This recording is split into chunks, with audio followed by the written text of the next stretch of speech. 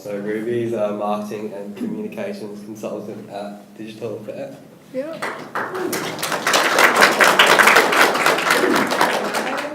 Before I introduce myself, I just want to say thank you to the MINT team for inviting me. And thank you to everyone who's come here. It's a pretty impressive turnout for week 10. Well done. I'm sure you're all very tired. My name is Ruby, as said before, and I'm a marketing communications consultant at Digital Affair. And pre-warning, I don't have as much experience as my co-panelists. I actually graduated from the Bachelor of Commerce at University of Melbourne mid last year. So I'm early on in my career, but things are going good so far.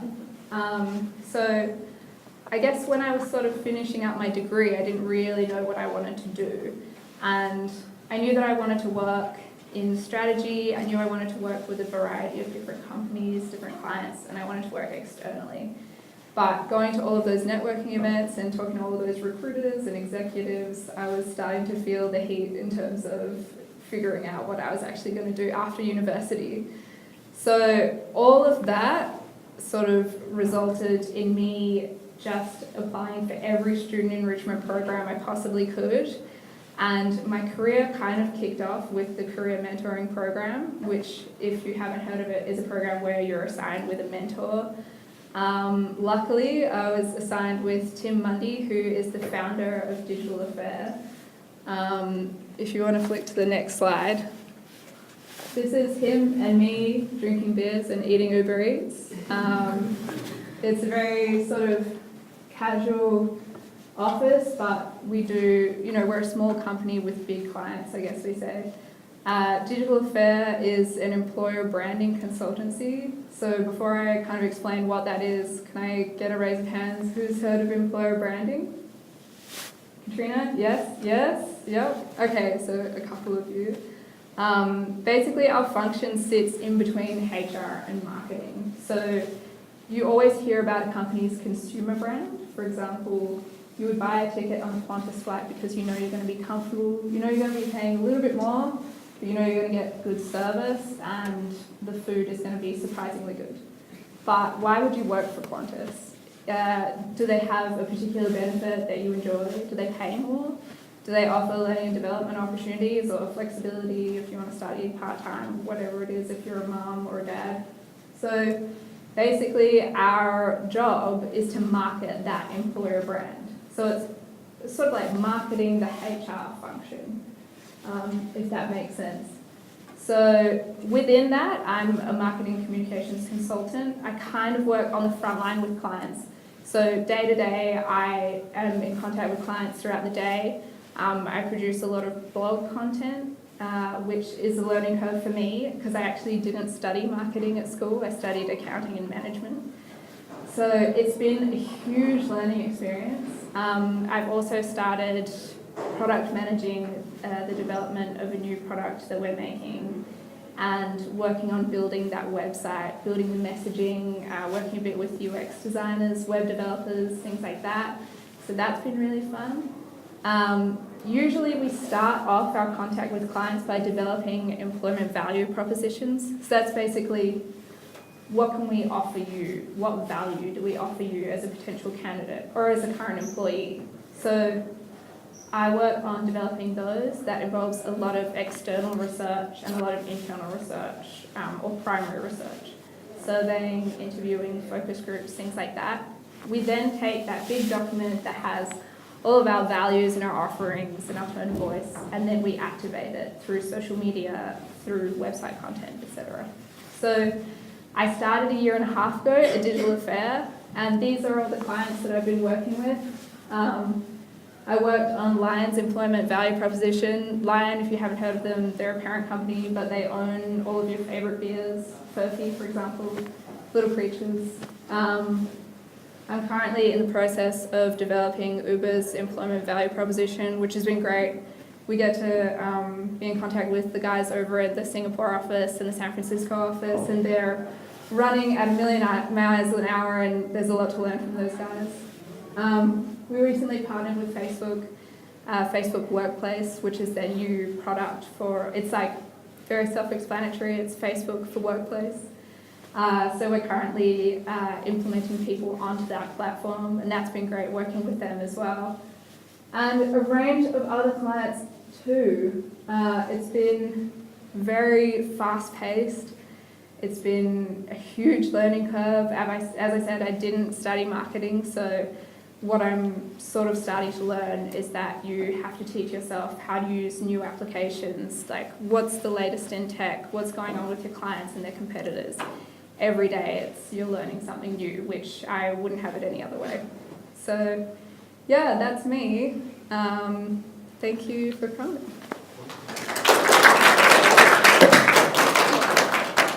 Over to Sophie now. So Sophie is a marketing manager at Kennedy Luxury Group. Thanks. All good? Yeah. Do I just... Hi, everybody. My name's Sophie, and again, thank you for coming, and it's so worthwhile you doing this. I never did something like this when I was at uni, and I wish that I had because I knew nothing. I work at the moment as... Oh, there you go, that's good. No, I work at the moment as the marketing manager for Kennedy Luxury Group. And Kennedy Luxury Group basically are a luxury conglomerate in Australia, and we do the marketing and comms, and we manage the businesses of lots of different luxury brands that you might know: Rolex, Cartier, Bang & Olufsen, Gerard Perregaux, Patek Philippe, lots of ones that you're probably familiar with, which is very exciting. No, go back, please. This is a little bit about what I've done to date. So I started and I did a double degree. I did a Bachelor of Arts Journalism and a Bachelor of Business Marketing at Monash University. Part of that I went overseas and did a semester abroad in London, which I would absolutely urge you to do if you've still got time, and if you can. Word of advice, uni basically will pay you to do this, and I don't think it's all that well broadcast. So if I had my time over again, I would do as much of that as I possibly could. And I worked for Sampel, EcoStore and Kennedy Luxury Group, Q-Slab. So first one, San Pellegrino. One thing that I wasn't told when I left uni was that nobody will give you a job. There's not sort of some area or some person designated to facilitating your getting a job after you finish your degree. And I was really surprised by that. And now when I look back on it, I think it was actually obvious. But at the time I was like, cool, so I finished now. What's the next? How do I get into the job of my dreams? And they were like, yeah, there's a kind of a job board, or, you know, there's Seek. And I was like, Seek? That means I'm like on my own kind of thing. And what I would say about that is just that, as Ruby said, networking is so important, and it gives you a leg up. You still have all the opportunities that you would have from Seek, etc., but it gives you an opportunity to broaden your horizon and give you a foot in the door.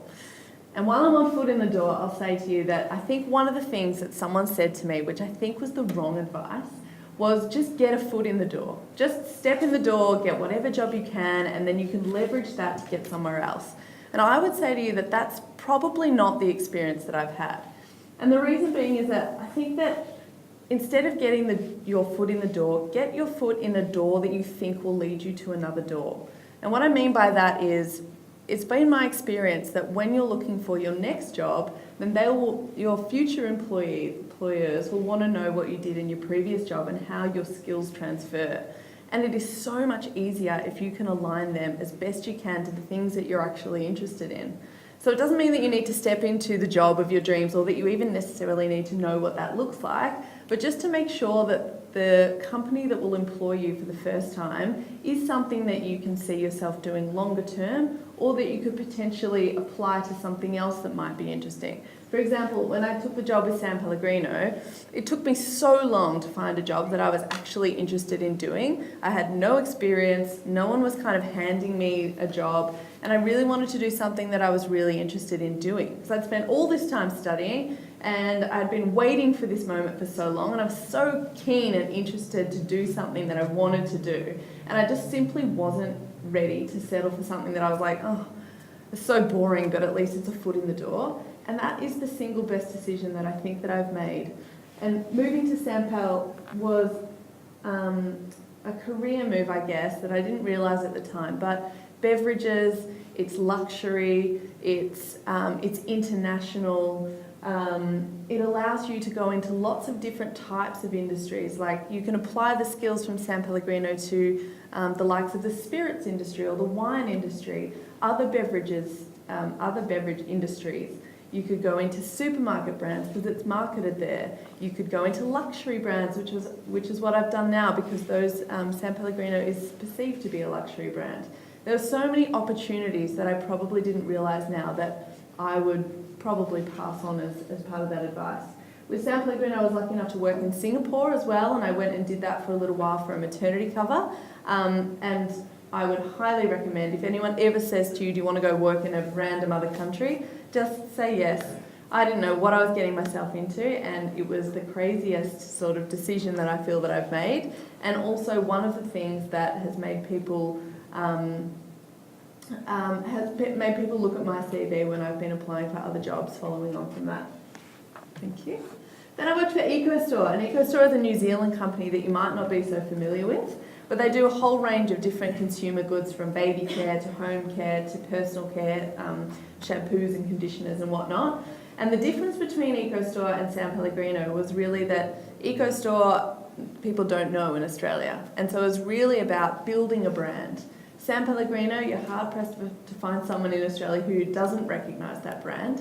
And so as opposed to San Pellegrino, where it's more about reinforcing the brand values in this market, this was an opportunity to really build a brand and start from the ground up. And that was of interest to me because I'd not done that before and it wasn't part of my skill set yet. Being a New Zealand brand meant that I got to travel to New Zealand quite a lot and also develop part of the branding content. So work with media agencies and with creative agencies and be part of the process of building a brand personality in a country, which was very interesting. Thank you. And now I work for Kennedy Luxury Group, and I'm pretty new there. I've been there for less than 6 months. But Kennedy Luxury Group, as I mentioned, is a luxury conglomerate in Australia, which is pretty unusual, really. Luxury in Australia is kind of a little bit difficult to come by. But we have 3 different divisions, essentially. Watches and jewellery is our biggest division, and Kennedy itself is a brand that I'm building. But within Kennedy, we also have lots of other brands that we work with that we need to uphold and maintain in the Australian market. Lots of ones that you probably recognise. We work with Rolex, Cartier, Bang & Olufsen in fashion, Loewe and Kenzo, which you might be familiar with.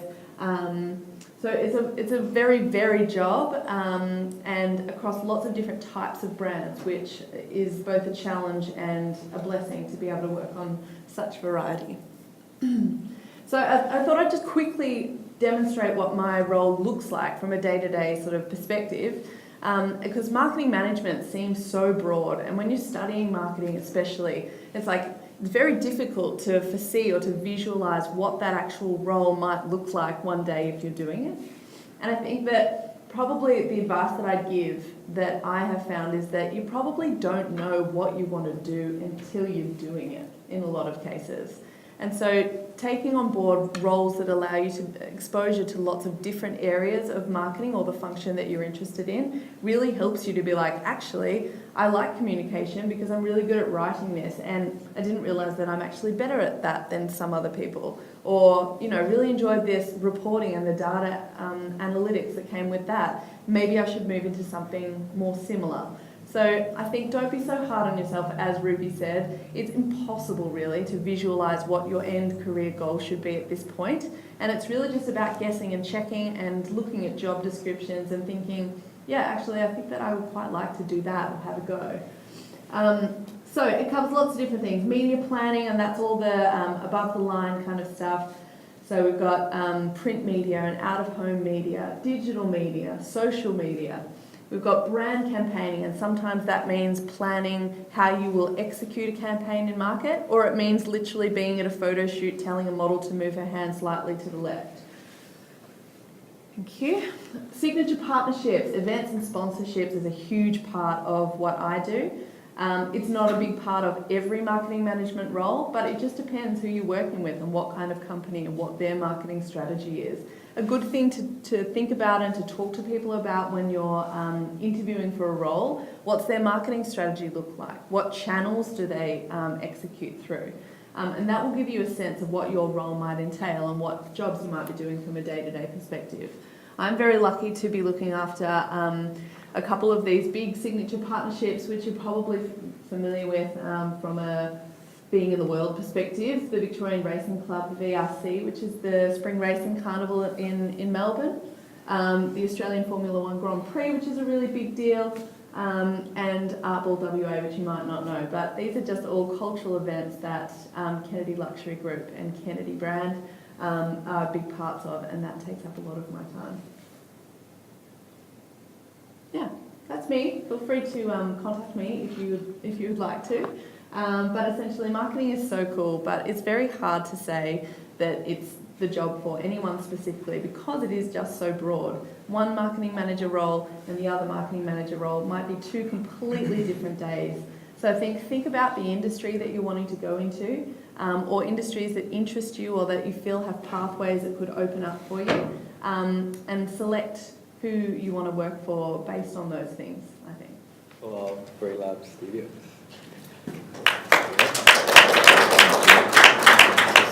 If you want to, that's the mic. Yeah. Hello, everyone. First of all, thanks so much for having me here. Thanks so much to the organizers. You've been doing a really good job, I guess, piggybacking to what Ruby and Sophie has said. This is very, very valuable, I find. I wasn't particularly a good student, so I've never had opportunities like this, or I never joined anything like this myself. Looking back, I regret it a little bit, but that kind of taught me a few lessons here and there over my time. But I guess, you know, who I am, I don't come from a marketing background. I was talking to Ruby and Sophie earlier. I hope I bring some value out of this conversation because I don't come from business school, nor did I study marketing. I'm actually a graphic designer, so out of all of that, I feel like I don't have a lot of value, but anyway, I'll talk about that. So just out of curiosity, I guess I'm assuming that most of us here are students, other than the three of us maybe, but everyone else are students. Out of curiosity, by show of hands, can I see who are local or Australian students? Awesome.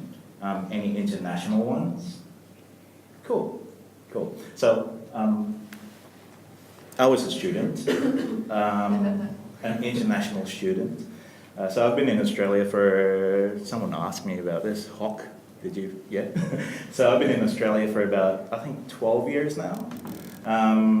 So I studied in Malaysia before that, and then I came in a twinning program, and I landed in Swinburne University, not University of Melbourne, but I was in the design school in Prahran.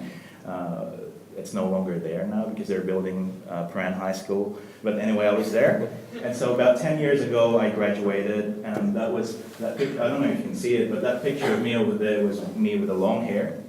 And so when I graduated, I thought I better take things seriously. And I've decided to cut my hair short, which is that one. And as I progressed throughout my career, I've had experience mainly in digital agencies and graphic design studios and whatnot, in the creative industry pretty much. And 5 years ago, I've decided to run my own business, to start my own business. So I've taken the leap of faith to quit my job, but I was a bit smart about that, so I was still working part-time while starting my own design agency. And over time, I've lost hair, and now it's I'm just like this now. But you know what I find from there is my time in the morning is actually a lot. I go through my mornings really fast because of my short hair or my shaved hair. That I don't have to worry about that. Dude, you've got a really cool hair over there. I'm sure you spent half an hour dealing with that. No, not quite. But I used to spend like 15 minutes, you know, putting on the gel and stuff like that, and I thought this is a waste of time. So I've decided to cut my hair really, really short, that I don't have to worry about it, and I just have to deal with my face that, you know, I was born like this. And so I started my business, which is Relab. It's called Relab Studios. People know it as Relab these days. What it is really is,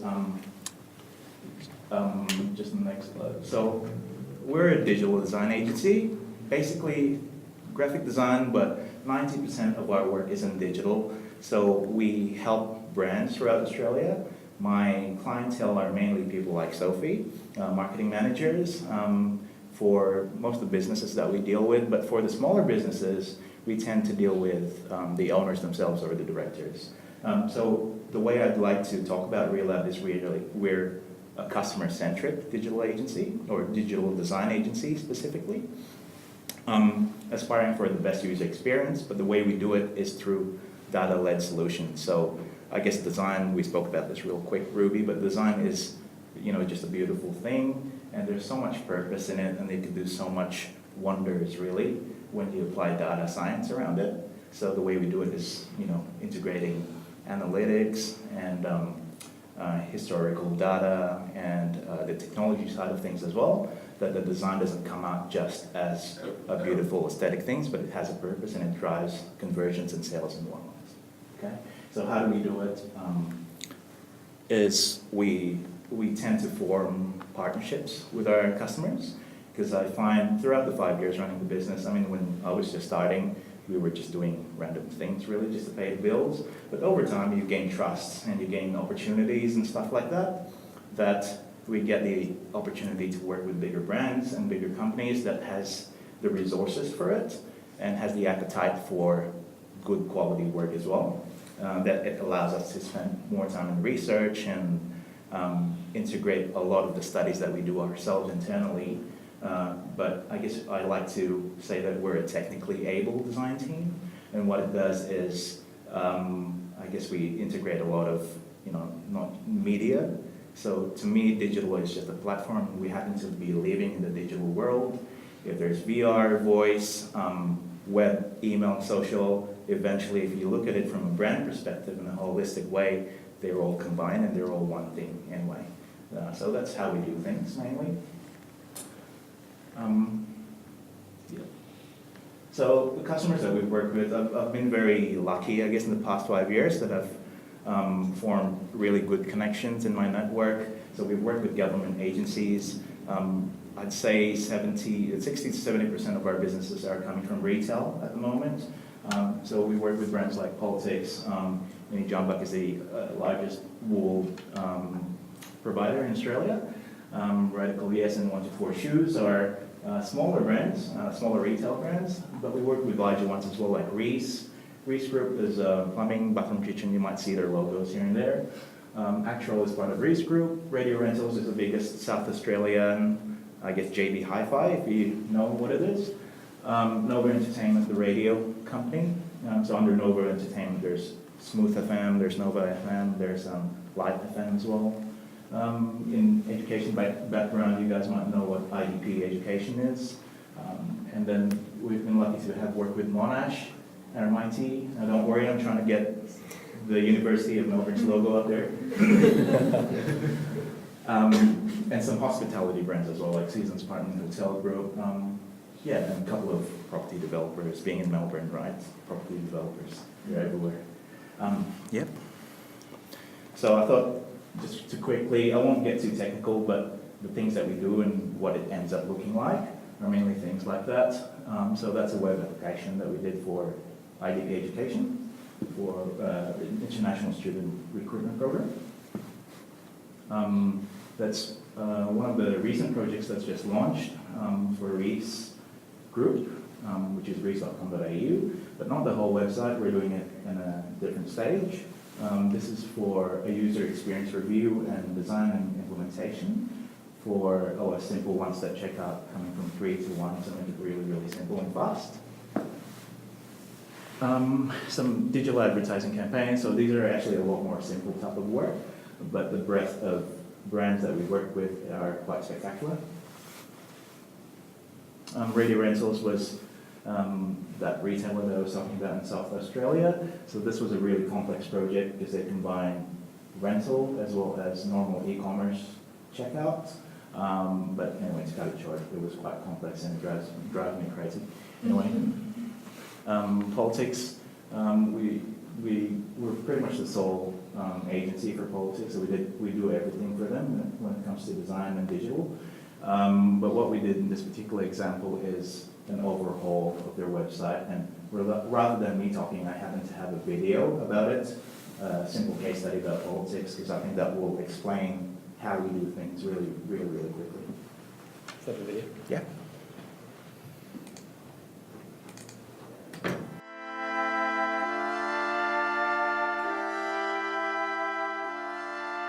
We at Relab pride ourselves on creating friction-free user experiences, assisting our clients to better communicate, engage and transact with their audience. Recently, we have worked closely with men's fashion brand Politics and our technical partners Studio 60 to create an updated and streamlined user-focused e-commerce site. Thorough research was conducted into the requirements and expectations of the user for an efficient e-commerce experience. Studies were conducted with real users, including usability testing and competitors' analysis research that helped to highlight issues with the old website and provide inspiration for what the new site could be. Research was compiled into visual mood boards that directed the visual approach of the site, capturing the brand identity and eliminating visual assumptions. Considerable time is spent on website prototyping. High-fidelity wireframes were extensively tested in development, flagging issues and areas for improvement, eventually translating into an effective and comprehensive visual design. Investigation highlighted the need for a better global product search experience, particularly for mobile devices. This discovery led to the integration of smart, suggestive searching that delivers a simple and specific search functionality, eliminating multiple layers of navigation.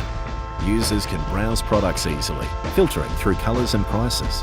Faceted filtering features allow the user to limit search variables that ease decision-making and streamline the shopping process. Specific product details like patterns, colours and materials feature alongside high-resolution detailed shots.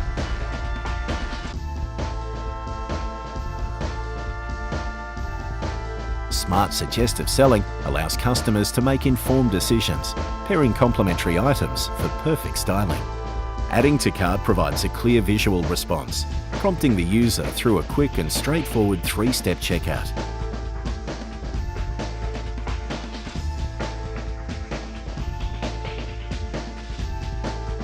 Made easier with securely integrated third-party payment methods. These features have contributed to an increase in checkout sign-in, whilst reducing overall drop-offs. Our emphasis on a fully optimised mobile experience has proven accurate, with increased site traffic from mobile devices and a growing mobile conversion. The Politics online store is now the second largest outlet for purchases.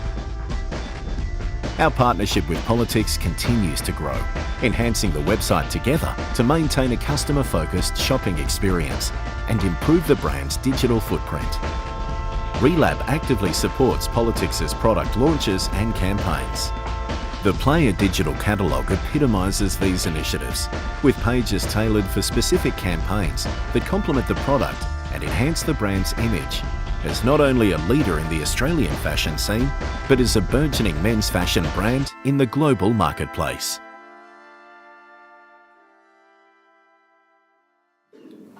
Yeah.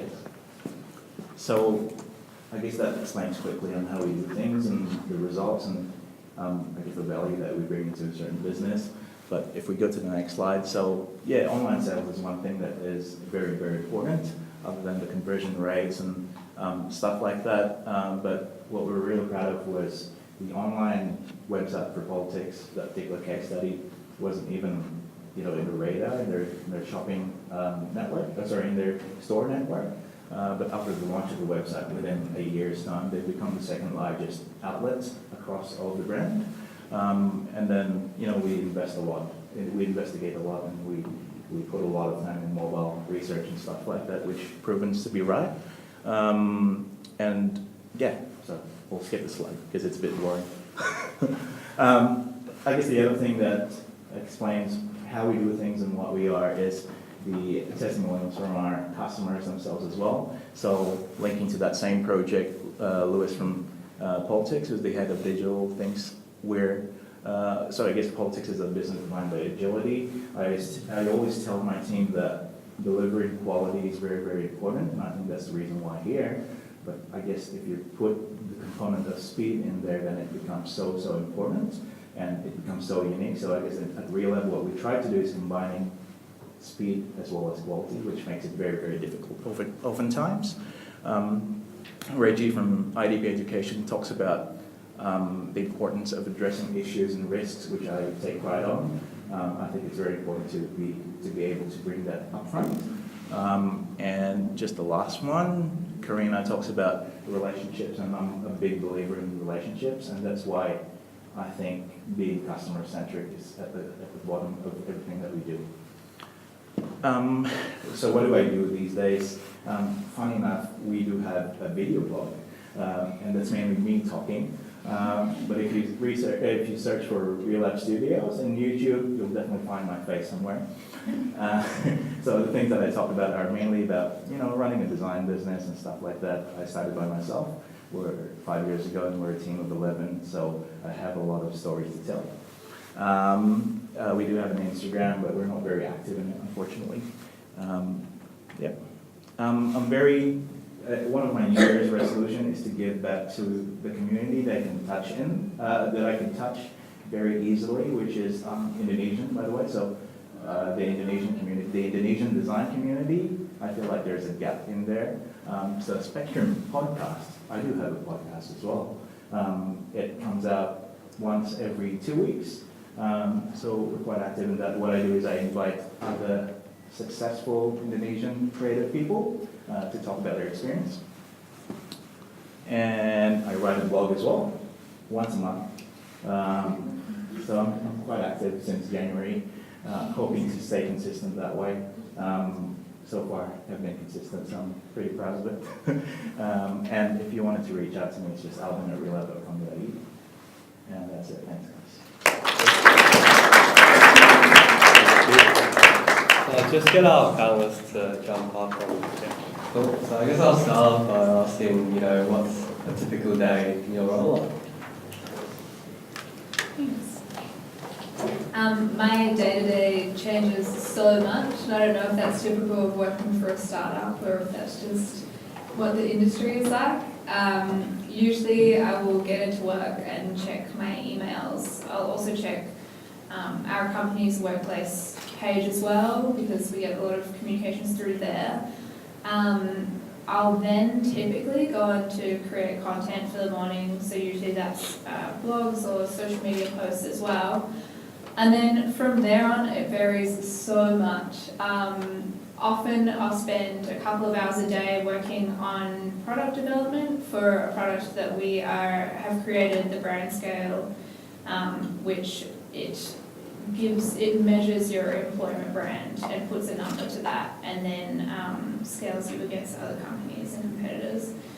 And then it just varies so much day to day. I'll often be developing an employment value proposition for one of our clients, or going to meetings. A huge part of my job as well is reporting.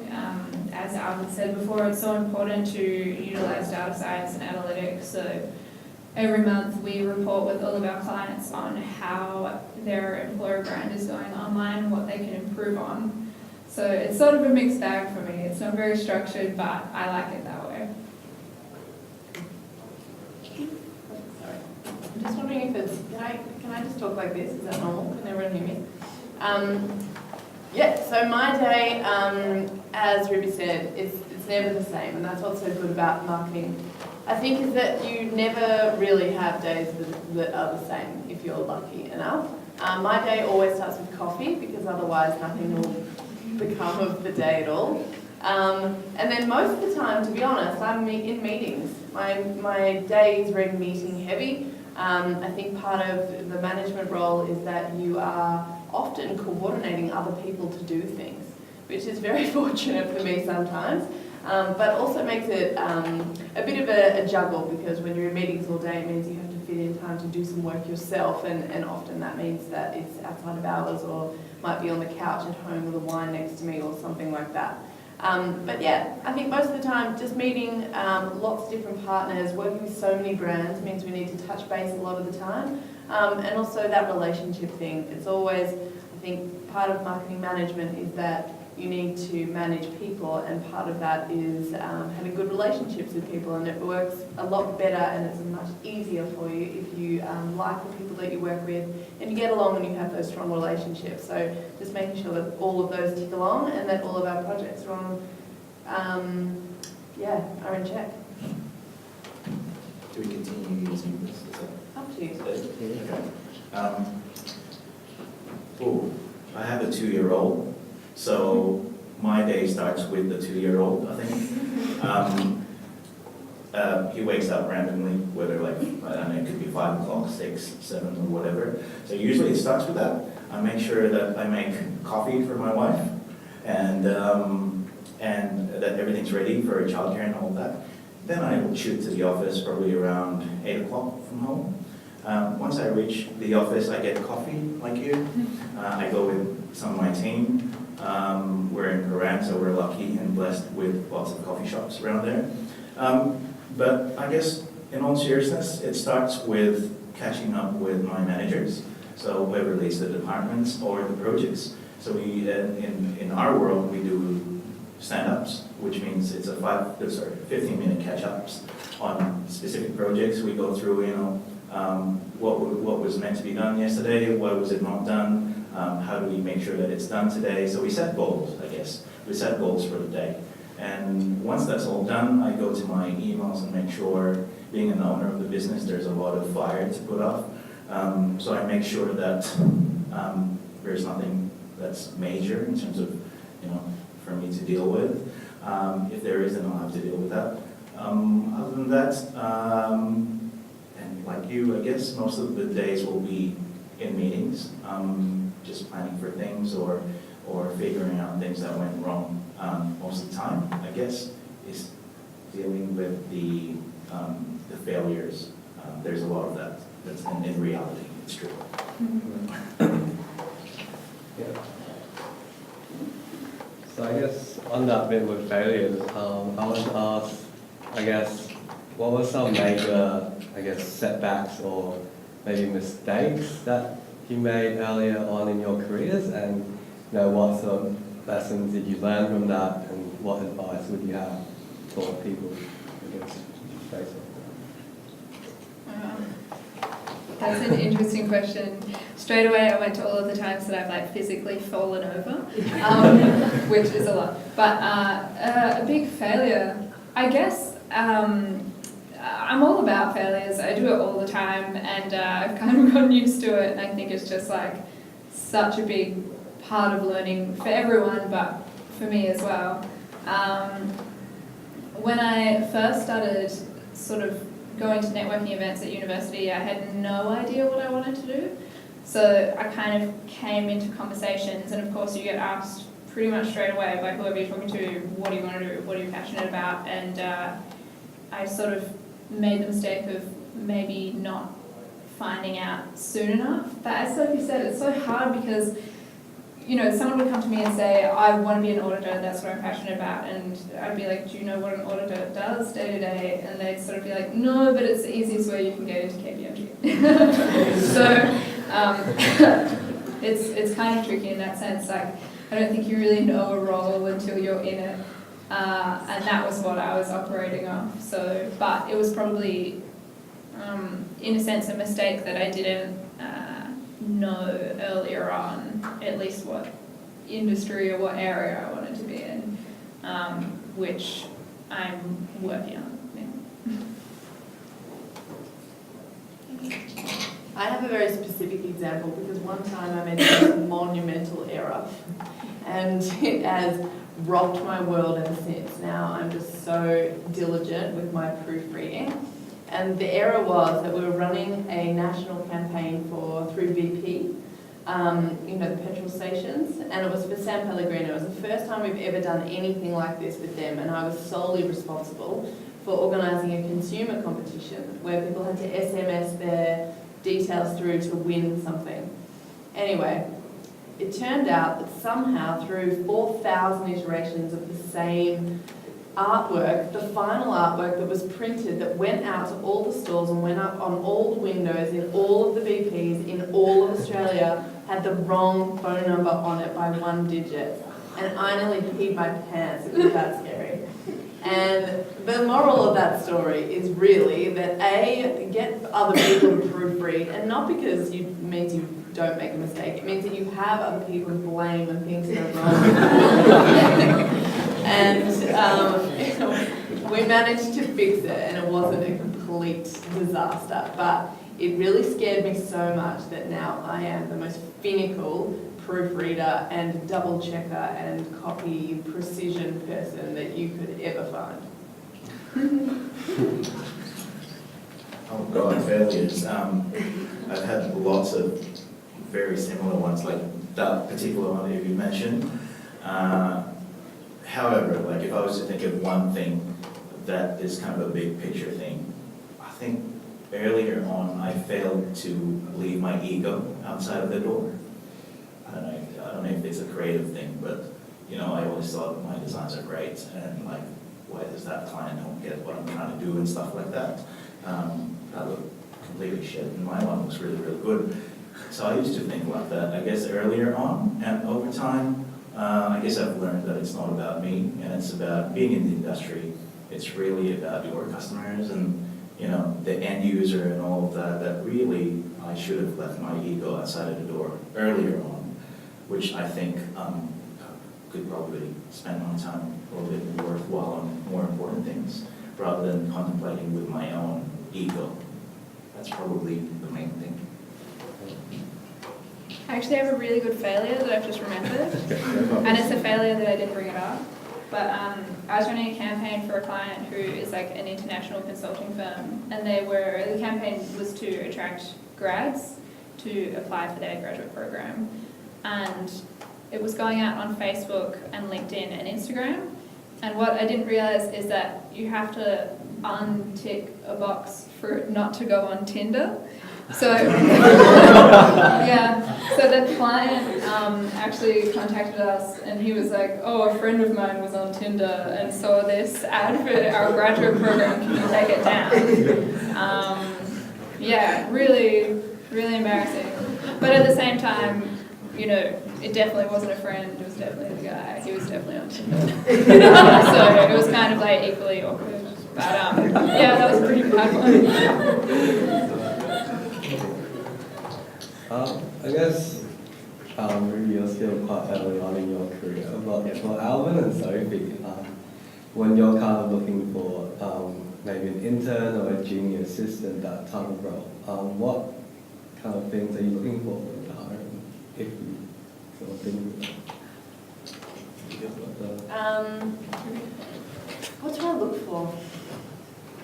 Well, generally speaking, I think it's really important to demonstrate your personality, because oftentimes, especially when you're applying for your first job, you don't have the experience, you can't demonstrate that you've had the skills.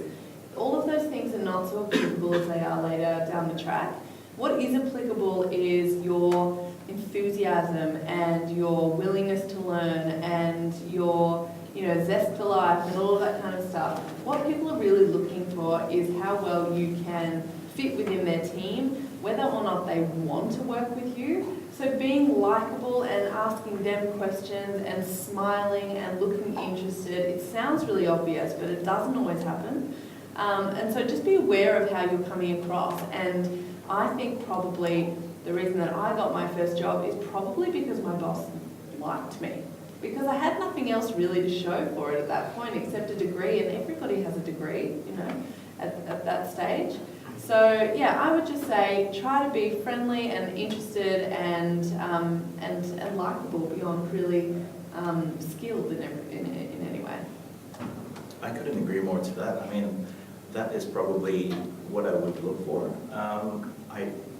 Funny enough, I just hired someone today, and the reason why I hired this person is because I feel like she was genuinely interested in what we do. She took the time and effort to understand our culture. I mean, like, we were so out there with the websites and like the video blog and all that stuff, but she took the effort and time to understand all of that and figure out what value is it that she brings into the business. And like, in all honesty, being very honest, as the owner of the business, looking for an intern, I'd be looking in what's in it for me. Like, what do you bring to the business? that obviously as a return, I'll teach you a lot of stuff that I know of or I think I know of, depending on what your interest level is like. But the most important thing really is for you to just genuinely like the thing, like what you're about to do. And if you don't, it's just a matter of time that your employer or your supervisor would know it, and you know it's easy to spot anyway when you're not genuinely interested in things. Yeah. Fair enough. So, I guess, what's the biggest challenge you've faced thus far in your career? Just lessons learned from that. How did you overcome it? Oh God, you start. I have to think about this one. What was the question, sir? The biggest challenge you faced in your career so far. As a business owner or when I was working? Oh, both. Yeah, so I guess when I was working for other companies, I feel bad saying this, but the biggest challenge to me was trying to understand a vision that wasn't mine. So to me it was important that I was doing something for a bigger, like a longer run. And the reason why I struggled when I was working was because I didn't see that being aligned. And that's why I thought maybe I wasn't the best employee at the time, because I didn't have my heart in it. Maybe I did for the first year or so, but if you look at my LinkedIn, I probably stayed for a year most of the time at a job. So I wasn't particularly a good employee, and I wasn't particularly proud of it. But that's probably why I decided to run my own business and do it on my own terms, because I thought there are better ways of doing it. As a business owner, it actually feels a bit more painful than working because you have to deal with starting up and not having the right finances and all of that. I didn't really have a backup. That's why I was working part-time for at least 5 more months before I jumped into it full-time. But even when I jumped into it full-time, the biggest challenge was dealing with finances. Because as a creative, it's something that doesn't come natural to me. I mean, like accounting, bookkeeping, taxation, and all that stuff, it all drives me nuts, really. But over time, I realized that it is important, and I took the effort to understand it.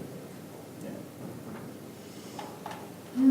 It's a difficult question. I don't know. I think perhaps for me, one of the biggest challenges has been finding an industry that I'm interested in, or continuing to get jobs in different avenues that are not boxing me into something specific.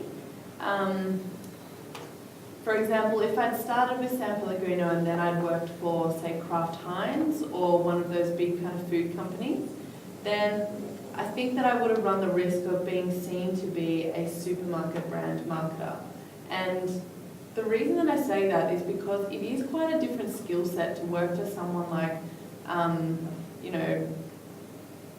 who's a good example? Peanut butter, for example, and Prada.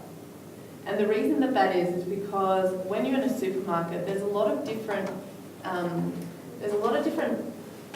angles that are played from a marketing point of view. So instead of talking about how beautiful the material is and you're a big brand and no one cares about the price and you've got this brand value that everybody wants to be around you kind of thing. Instead, when you're talking about peanut butter, you are literally talking about what promotional price that you're going to run at and what margin you're going to give to the supermarket and what quantity and forecasting volumes and things. So it's quite a specific and different skill set to work in those different industries, even though all of it is marketing.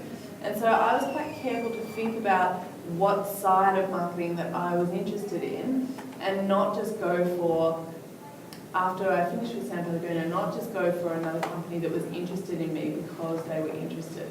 So I really thought quite carefully about that because you can be a little bit pigeonholed. So as I said earlier on, I think just being quite careful that you can foresee at least a vague path to something that you think is interesting when you're choosing which industries to be a part of.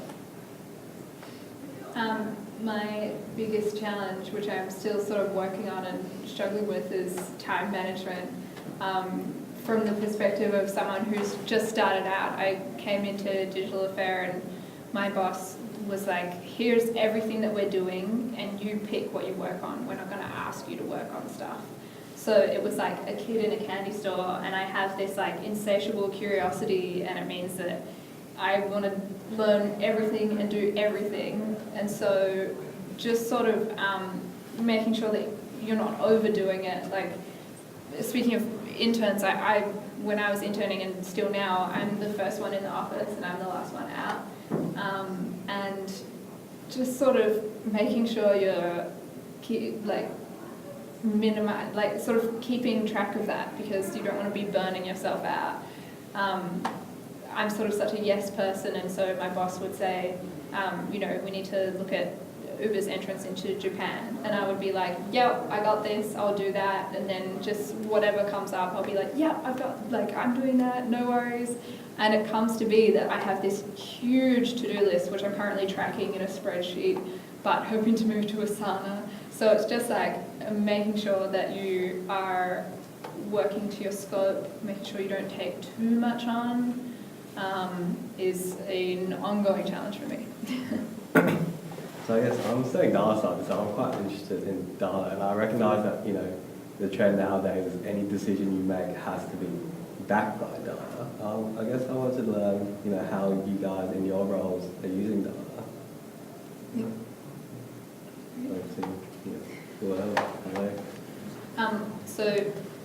We run sort of like we use data in a variety of different ways. For example, when we're developing an employment value proposition, we go out and source, we research externally with industry reports and things like that, but we also do primary research internally. So that means that we're using survey, focus group and interview results to really inform the messaging and the activation of the EVP.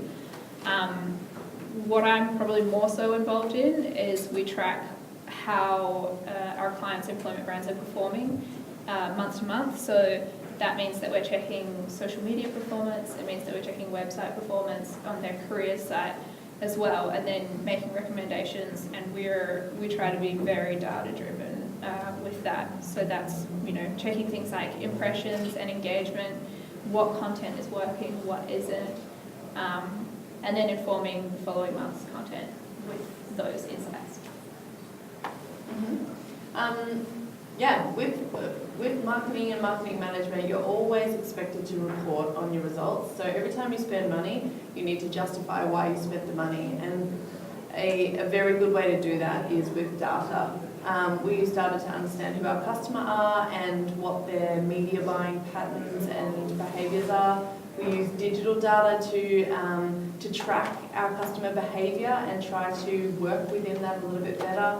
We use sales data to determine return on investment. We use lots of different data in different ways depending on what we can get our hands on. Sometimes, depending on who you work with, data is easier to get and you have it in more detail. A lot of the bigger companies will purchase data and that will inform a lot of their decisions. When you're a privately owned company like me, it's just not worth purchasing data. So we derive data wherever we can from all of our different partnerships and from our own channels, and then use it to the best of our ability to inform the decisions that we make going forward. Yeah, I guess from my part, it's very similar to what Sophie's mentioned, but in terms of the platforms itself, it really depends on the projects and the brands that we work with. The bigger the brand, usually the more of a data playground we have. And if I go and ask on a particular project, how many ladies would shop at 12 o'clock at night? Someone else in the room would go, oh, yep, I've got that, and here's the data of it. But what we try to capture out of that is really, from our perspective, is just to understand users and to eliminate assumptions. Because it's very easy for me to assume that, okay, a dad might do this at 7 o'clock at night, but apparently not. And so instead of making assumptions like that, we try to capture as much information as possible, which will inform our solution from a design point of view. And then how data helps as well at the end of the day is to measure how we do things and what actually performs and what doesn't perform, what needs to be revised. In the user experience design, there's heat mapping, for example, where the platform will record user behavior, as scary as it sounds, but you may see Gabby doing something in a particular website on a certain day and see where she's clicking and all of that stuff. So there are things like that. It is scary.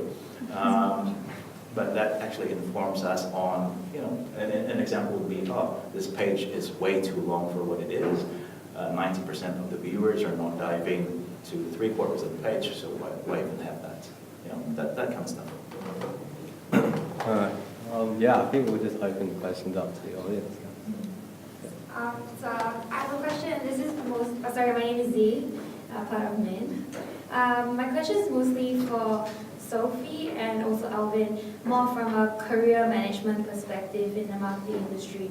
So Sophie, you mentioned that it's quite important to be specific about what your first door is and how you proceed from there. And I see from your resume just now that you've made a couple of moves within the industry. And I was just wondering, how did you arrive at the decision to time that move? And also, how were you okay with going in that direction? Was it based on experiences that you had at work, or was it just new people that you met, stuff like that?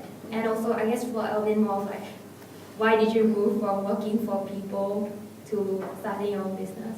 Yeah. Cool. For me, it's really about, I think that you can feel the right time to move for a job. And mostly, for me, for San Pellegrino, that was my absolute dream job. And literally every day, I loved it. But I was also very ambitious, and so I was aware that I wanted to move up in the chain, I wanted more responsibility, I wanted a better title, more money, all of that kind of stuff. I had real aspirations for myself, and I wanted to make sure that I achieved them. So within a small team, which is the way that it was in Melbourne, there was only this amount of work to do and this many tasks. And once I felt that I'd learnt all the tasks, I really felt that I'd come to the end of what I could learn from that team. And whilst I still loved it and I was very sad to leave, I realised that in order to challenge myself and to keep moving ahead to the direction that I was going in, I really needed to switch around. And so I arrived at EcoStore, and it's difficult because you can't often pinpoint what you want at a particular time because it depends on jobs and what's around and who you know and when they've got something that's available. And a lot of the time the struggle was that when I felt ready, the other people were not quite ready. So you've got to be flexible. But at the same time, I think the most successful people are the ones who see an opportunity for what it is and have the balls to take it at the time that it's presented to you. And so my advice is really just to be really open-minded. And whilst I'm saying to be specific, what I really mean is when you're looking at a job and you're thinking about where that could lead you, just have that conversation with yourself to say, if I take that job, it means that if I take EcoStore after I've worked for San Pellegrino, what does that mean? It means that I can say that I'm a marketing manager. It means that I can work on a global brand. It means that I have more opportunity to travel. It means that I have a team. That's a skill that I didn't have already. What are the opportunities that you can see following that job that you're doing then? And if you think that those opportunities can lead you to something that's even more interesting, even if you can't visualize exactly what it is, that's the basis that I use to make those decisions. Thank you. I think that was a really perfect answer because I think that is so true.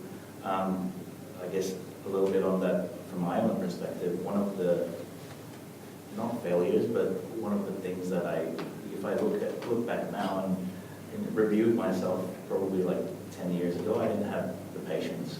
And so you're right, I was looking for more money and stuff like that, but at the end of the day, I think that's probably not it.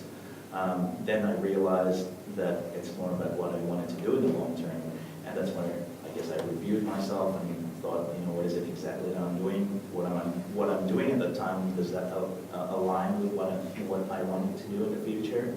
And I guess that is to answer your question, the decision to start my own business, it's kind of a dream that I had since I was a teenager. So back when I was 15, 16 years old, I had this idea of running this boutique design studio, really hip, just 4 people and all that stuff. Over time that changes, obviously, but so that was kind of a thing that I wanted to have anyway. And another very real thing that happened to me, I guess, at that time, I was about to get married, right? And because I was about to get married, I thought, gee, if I got married and I'm going to have a child, I probably would never start a business because the risk goes up, right? So I thought if I wanted to do this, I'd better do this. And I had a timeline for myself when I started my business. I thought, you know, if I'm not going to make it, or if I can't sustain within 12 months, I'd probably move on and just do another job. I think it's important to be persistent, but it's also very important to be practical. Turns out it worked out for me so far. Any other? Yeah, so I have a question for Ruby. So when you brand for your employees, how do you know the values they propose to the public is true? So how do you say, if the company says, yeah, we have really cool and good culture, how do you know as like a marketer, how do you know that that is true, like what your marketing is true? Yeah, absolutely. That's something that I sort of struggled with up front is what if you're marketing something that isn't true? And I guess we are lucky that we sort of get to work with really cool companies and we kind of get to choose who we work with. And you can tell from my perspective, because I do have so much time with the client and they're sending me through content, like they'll be sending me things like, oh, we went to this charity day or we went to this industry event, and you can tell that they know what they're talking about and that they do have a great culture. And then and this is our job, is to market that great culture and to make sure that people know about, for example, training opportunities, or they get an authentic insight into the culture. But I have struggled with that in the past. I did have one client who was just like brutally like borderline abusive to our team, and we were marketing their employer brand. And we all struggled with it so much, right? And in the end, we sort of sewed up our work with them quite purposefully and said that we didn't want to work with them anymore. And we're lucky that we get to work for brands like Facebook, where the people who work there are amazing and the best of the best. And one of my favorite clients, you know, is a super fund, and everyone there is so lovely. And so we're lucky enough that we do get to kind of pick and choose a little bit, and we often pursue clients based on who we know in the industry and what people have said. And so, but yes, I have struggled with that, but luckily don't do that anymore. Cool. Any other? Yeah. I have a general question for all three of you. I guess, what is one piece of advice that you would give to yourself if you could speak to your university self, and not some more recent for you? But yeah, what advice would you give to yourself if you could? That's a good question. I'll go. You go. Other than the patience thing that I mentioned earlier, it's kind of connected. Patience, the ego thing. I think having, and again, I don't know if this is creative specific, but I guess it applies for everyone. Having that humility is very, very important. You have to know what is it that you're good at and you're not good at, and acknowledge it and deal with it, and kind of improve from there. If you know what you're good at, I feel like you're on a head start because you know what to focus on. And if you don't know if you know what you're not good at, then even better, because then you know what to improve from yourself. So I think even just knowing that, and I didn't know that myself because I had a lot of ego. So yeah, if I was to advise myself in order to give the old Alvin, the younger Alvin, an advice, then it's to deal with what you're not good at and then acknowledge it and work out something out of it. I'd probably say yes. Say yes when someone challenges you. Say yes to the opportunities that you're given. Say yes to the things that scare you, and not in a kind of sitting in the, can I take on more work? Yes, kind of situation, but just more be really open-minded to the opportunities, especially if you're working in a company that can transfer you somewhere or is asking you to work somewhere else. For me, the travel thing was really important, and it was by far and away the most rewarding experience that I've had in my career is to work in different countries. And so if you're ever afforded that, I would say don't think about the consequences. What am I going to do with my house? Can I afford it? What if my job is taken and I can't come back? Just say yes, because those kind of experiences, I think, are what really propel you in experience, in career, and in life, you know, in your life. I'm going to give two, but the first one, from like a high level, just like check yourself before you wreck yourself. You get like, commerce is a hardcore thing to study here, and you get so caught up in just like working. There's no time to just sit back and think about what your goals actually are and what do you actually want to do in your career, or who do you want to work with. And that goes, like, that continues on from study as well. You know, I try and take the time to think about what are my goals, where do I want to be in 2 years' time, 5 years' time, and you know, what can I improve on, and am I actually enjoying what I'm doing, and what do I love doing, and am I checking in with my bosses as much as I could be.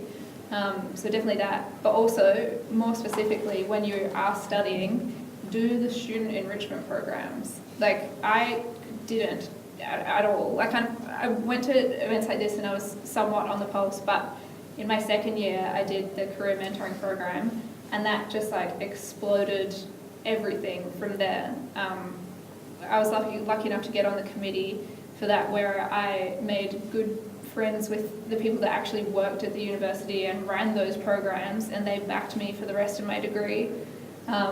I also made great connections with people in the industry from that. I got a job at the university. I got made student ambassador for the BCom as well, and then that's how I got my job at Digital Affairs. So it's like, you go from like spending every day in the library trying not to cry, and then it just like explodes, and you're like in my last semester I was already working, and I was like just trying to keep up with, you know, doing things like this and working and interning at the same time. And yeah, so do the student enrichment programs and tell them Ruby sent you. Yeah. Any other questions? Yeah. So my question is, how did you all get your first job out of university? And I know we touched on it a little bit, but what are your like key interview tips as well going into like a grad role when you obviously don't have that much experience? Yes. Yep. I would say, well, firstly, to answer your first question, I got my first job through the career mentoring program, where I was lucky enough to be partnered with Tim Mundy, the founder of Digital Affair. And we were told, like, do not ask for a job. Don't do it. It's totally off limits. And so I sort of followed that rule really strictly, and I just, asked him questions and spent time in his office, spent time with the other staff in the team.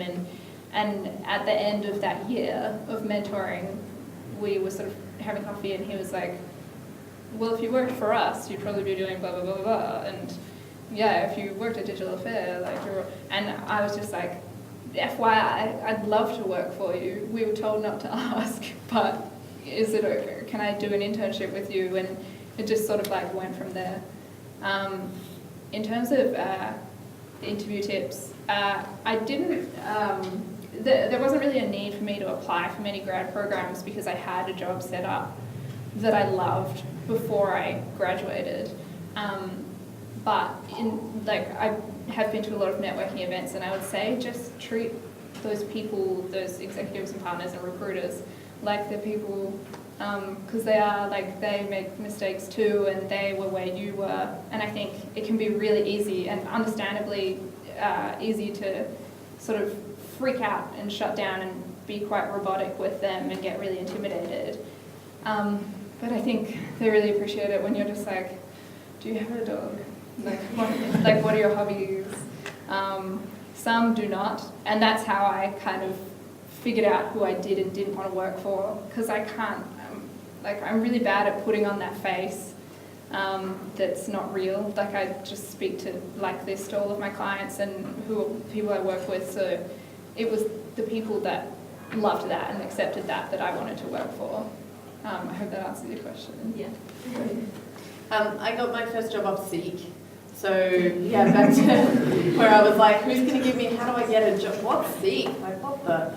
But I went on Seek and I trawled through Seek and I interviewed for several different jobs that I thought in my gut, no, this is not what I've studied this long to do. And so I turned down a few, and I'm so glad that I did that, because when I found the job at San Pellegrino, I was like a heat-seeking missile. Like I was like, this is the one that I want and I need it, and I will do anything to do it. And the only thing that I would say about interviewing is be prepared. It sounds so textbook to say that, but for me, the more prepared I am, the more confident I feel. I have literally, when I applied for San Pellegrino, I downloaded every single question from the internet of what they might ask you in an interview, and I answered it in my head or I wrote it down. And so when I went in there, I was literally like, fire them at me. Like I know every answer to any question that you could have for me. And literally it came off that I was confident and I thought about it and I knew, and I had personality because I was relaxed. Those are the things that I see when I'm interviewing people. It could not be more obvious when someone hasn't done those checks for themselves. When I say to you, can you demonstrate a time you've added value, and people go, and sit there for a while, I know that they haven't prepared because it's an obvious question. So be prepared, it will go from there, I think. Yeah, well, I was an international student, so my thing was more, like when I graduated, I didn't really have family here. So my parents were paying for my bills, basically. And because of that, I guess my necessity of looking for a job when I first graduated was just to quickly get a job and get paid so I could pay my own rent. And because of that, I guess my first job was the one who accepted me and was willing to pay for me. And that was pretty quick because I needed a quick solution. So I got my first job. I graduated in December and I started working in January straight away. And so, that was a very practical reason. But I guess over time, what I've learned as well, you've mentioned this very quickly, Sophie, earlier in your presentation, but once you've got the experience, then it's actually easier for you to find other jobs later on in life. So, appreciate the experience. And the other part of the question was interview tips. For me, the most important thing is for you to be able to picture yourself in that business or within that culture. So try as much as possible within available information in this open source world. Try to find out about that company and picture yourself being there amongst the people in there. Is that something that you'll enjoy and you really want it to do? Because I think that will make a big difference when you really enjoy it, and not just for you, but for the company as well. So it's actually a very mutual thing. So my tips is to find out about that particular company and ask yourself, do you actually want to be in it? All right, cool. I think that's all we have time for. So I'd like to give them a round of applause.